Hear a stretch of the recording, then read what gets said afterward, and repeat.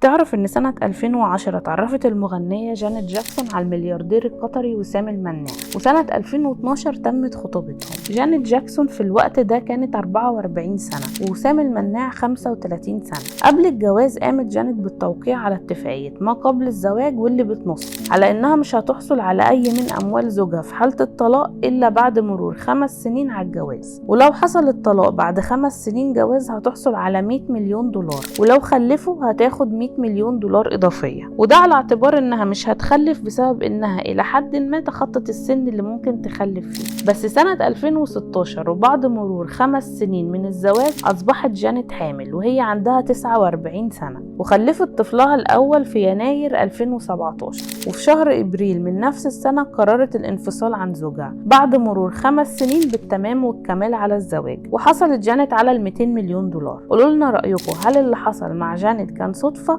ولا خطة؟